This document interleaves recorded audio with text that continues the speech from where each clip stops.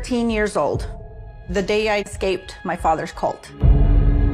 It was very frightening because I knew if somebody saw me, that was the end. Our dad had 13 wives. He was more revered than Jesus. Here we go. Continuation of the Daughters of a Cult series on Hulu. It just came out.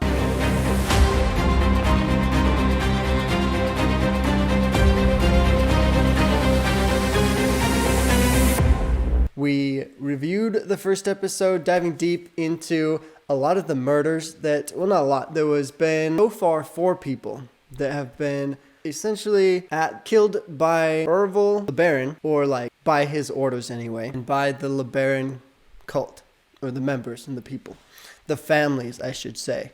That's a good point. A lot of these cults are made up of families. At the point where the series is at right now, there's only like 30 families that are dedicated members. Orville LeBaron's cult, because of all the breakoffs that have been happening. The largest it's been throughout the series so far was before they left Mexico. They said it almost had 1,000 members. But throughout all of the history of this group, they've been relatively small numbers, but still been able to wreak absolute havoc on all the other polygamous cults, causing lots of issues, and it doesn't stop there.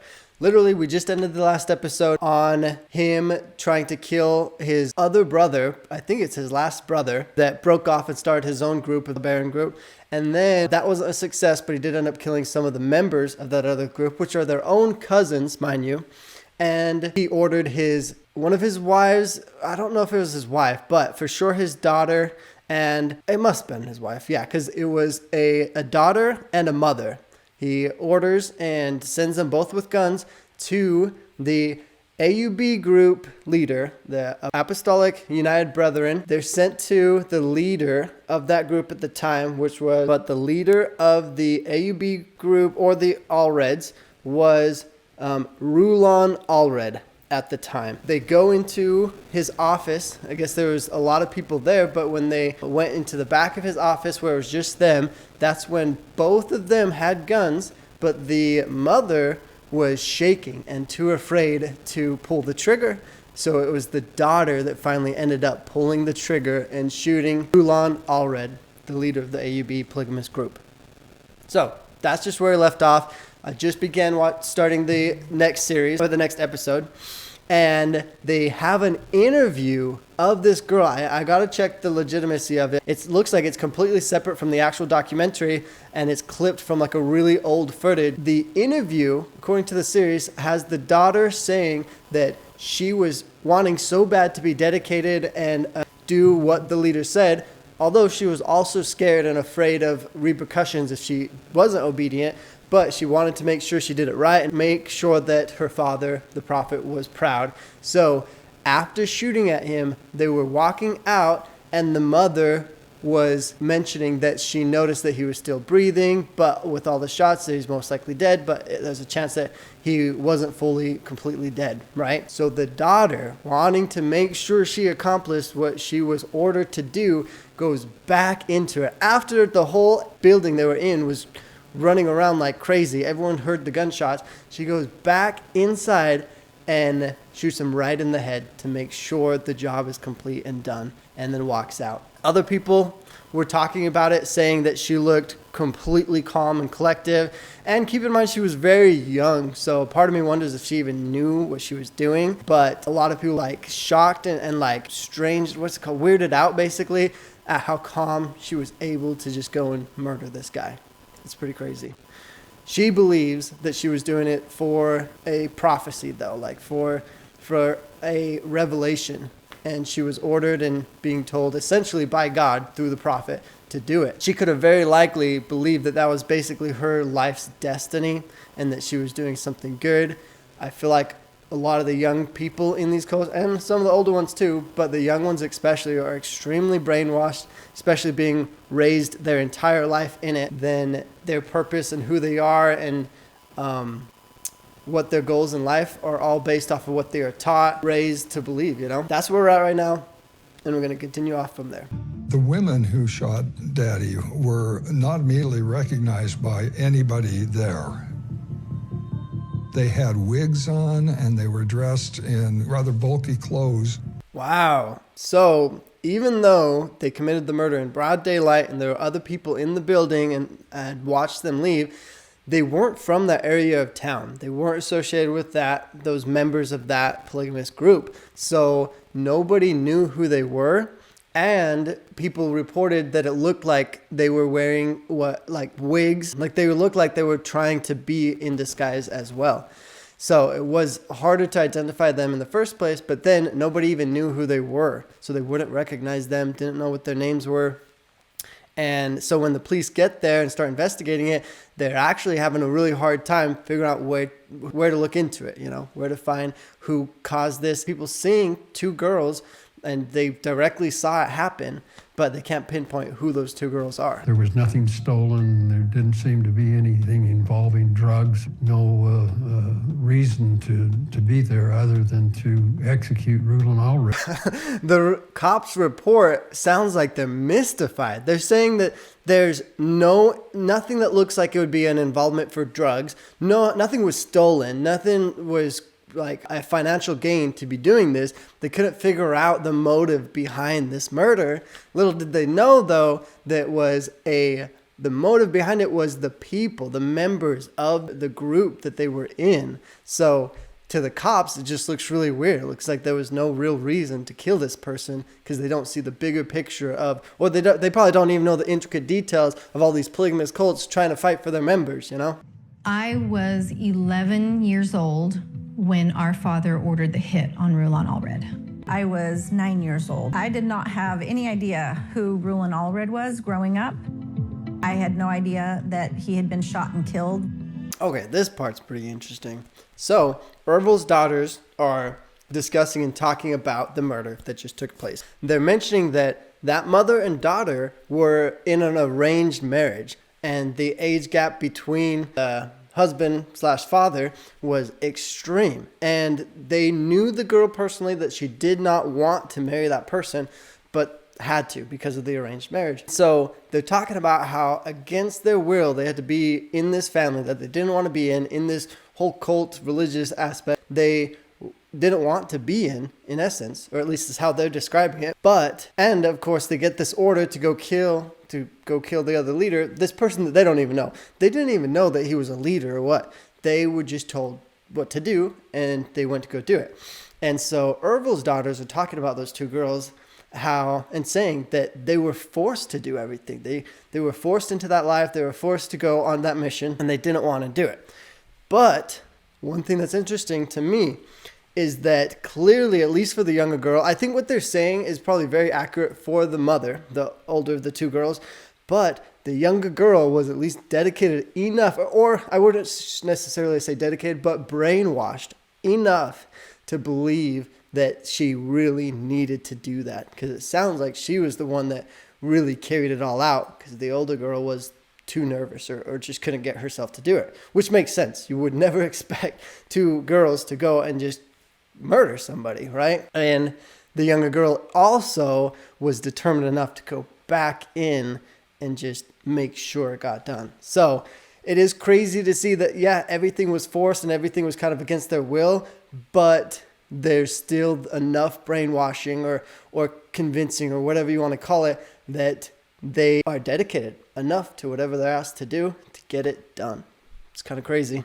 Power of brainwashing and mind control. Brainwashing is super powerful and super, super real. I don't know if someone who wasn't brainwashed can quite understand the depths of that mind control. Ooh, I like this. So they're trying to describe how the brainwashing went, like how it happened to them, what it was like for them.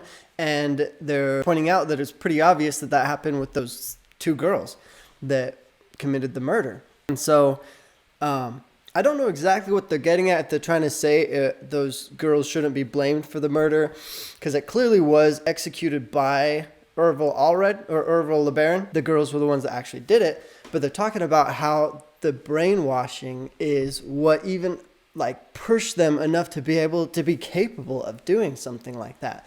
And this is really important because they're trying to describe a type of brainwashing completely takes over somebody's understanding of the way life is, what is even true and not true. For anyone to fully understand how in depth this must have been for those two girls to go do that, how complicated, how much there was involved in them committing and being able to do that, you really have to understand the way that the groups brainwash people. And it's different for adults that are joining the group versus young children, because it's cultivating someone's entire understanding of the world and all of their beliefs from the day they are born, which in essence, if you start that young, you can get them to believe anything, whatever you want. And so they started on them very young. A lot of polygamous groups do this to their children being raised up in the group, to just mold and cultivate these soldiers, basically, these robots that will accomplish and do whatever the leaders need to get done. And that's why there's oftentimes you got such dedicated, hardworking members that'll do, in essence, anything that the prophet asked them to, because their entire life, their entire belief system and understanding of this world is based off of the way that he wanted the parents to mold these children into. It's crazy. It's crazy how far and how extreme things can go. We're working on that and creating this for years, from the very moment those children were born. Beaten down, and the men were too. Subjugated and forced to comply. They had to be submissive or they couldn't survive. Sounds like they're essentially, some of them are saying that, the daughters don't necessarily deserve to go to prison for committing that murder because it was the prophet, her father, that brainwashed her and convinced her to do it. And well, not even more than convinced, forced her, did not give her any other choice. But they're bringing up the point of that daughter still is a loyal weapon, in essence, to Ervil LeBaron. So if she doesn't go to prison or receive a punishment for what she is carrying out for Ervil LeBaron, then she's still a dangerous tool that he can use. So there's a lot of aspects to this that we all got to keep in mind. And it's just crazy. It's crazy to see them not only be directly related to that daughter that committed this, family members be a little bit confused on what it looks like or what that would be like. They even start talking about, we were so closely related and we could have been asked the very same things. And the sisters asked the other sister, what would you do? What if you were the one that was ordered to go and do that? Wouldn't you have done it? And the daughter admittedly says she probably would have, because that's what you do when you're in the group. You do what you're told. And so she could have just as easily been the murderer. I think they felt like they were doing the right thing because we were God's chosen people. You had to listen to the prophet, obey the prophet. Oh my goodness, you guys, this is so good. So now they're diving even deeper about not only would they have done it, but would they have been able to convince themselves that they were doing the right thing?